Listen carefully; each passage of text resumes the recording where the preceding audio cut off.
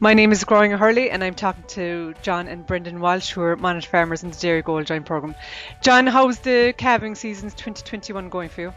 We started calving on the 20th of January. This is about 6 days ahead of schedule, so we're about 4 weeks into the calving season. 92 calved out of 145.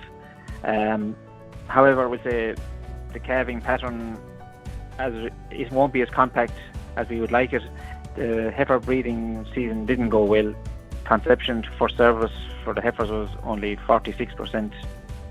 We did synchronise them and the heifers were well on target, but we investigated into the problem and through a blood sample, out of 6 blood samples, 5 had RSV. But the calving season will still be finished on the 10th of April.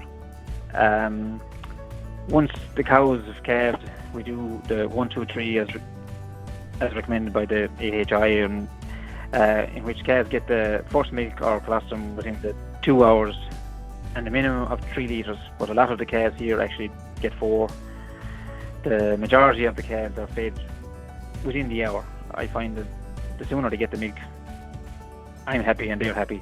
And this will be an important feed, as you know. The calves get off to a great start. The calves stay on the whole milk for the first 7 days because we try and get the full advantage of the scour vaccine, the pre-calving vaccine. Then they go on to a milk replacer and they're fed twice a day with the teat bar. 3 litres morning, 3 litres evening, plus coarse calf starter. Brendan, what fertiliser have you out and have you started grazing it? Yeah, so we got out with some slurry towards the end of January on about 15% of the grazing platform, which about 2,500 gallons per acre, and we spread this with the dribble bar. We went with 23 units then of protected urea on about 75% of the grazing platform, there in early February, on the 4th of February. And what we will do then for March is we will almost flip that. So any ground that got slurry in February won't get any further nitrogen until March, and more than likely what we'll go with there is straight protected urea.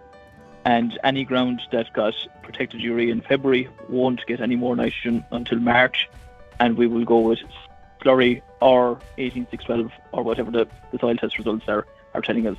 We got cows out on the 28th of January by day, and then by night by the 4th of February, and we were day and night on-off grazing up until 13th of February. And now they're back out again today on the 16th. We've an average farm cover of just shy of 900 kilos, and we'll be using the spring rotation planner and plan to start the second rotation in early April, usually around the 3rd or 4th. We currently won't hit the 30% by the end of February, but we will adjust as we go based on the budget and making sure that our cover doesn't drop below 500 kilos and at any stage. And John, you were busy planting a new hedgerow in December. Can you tell us a little about that? Yeah, we planted 250 metres of a hedge, mainly whitethorn, but it has some blackthorn in between. In planting the hedge, I always felt this area looks very exposed. I planted 2,500 plants, about 12 inches apart, and then I had these were planted in a double row because I just felt a double row it'll make the hedge very thick and dense, and hopefully it'll mature faster. Once we had it planted, we pruned it back to 6 inches. And you might think planting trees and hedgerows on a expanding dairy farm won't work, but it's complete opposite. The hedge is running parallel with a new sport row that I put in last summer, and like in this adverse weather, the sport road is really coming into play and making things some bit easier.